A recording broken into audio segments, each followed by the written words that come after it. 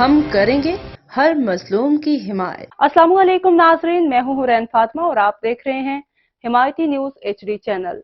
नजर डालते हैं आज की अहम खबर पर। वावडा की इम्कानी नजकारी और चार्टर ऑफ डिमांड पर अमल न करने के खिलाफ सैकड़ों मुलाजमीन का एहतजाज। ऑल पाकिस्तान वावडा workers union SEPCO sub division और शरफ फिरोज की जानिब से वावडा की नजकारी और चार्टर ऑफ डिमांड पर अमल न करने के खिलाफ एहतजाजी मुजाहरा किया गया। मुजाहरे की क़यादत अली नवाज मलिक, मोहम्मद बुढ़ल, जाम मोहसिन, इम्तियाज मेमन और दीगर कर रहे थे।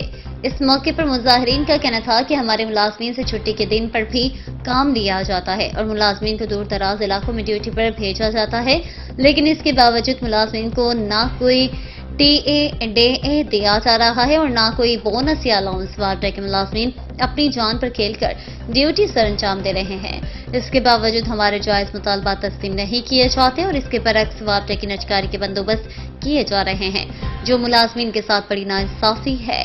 मजीद खबरों और अपडेट से बाखबर रहने के लिए देखते रहें हिमायती न्यूज HD चैनल।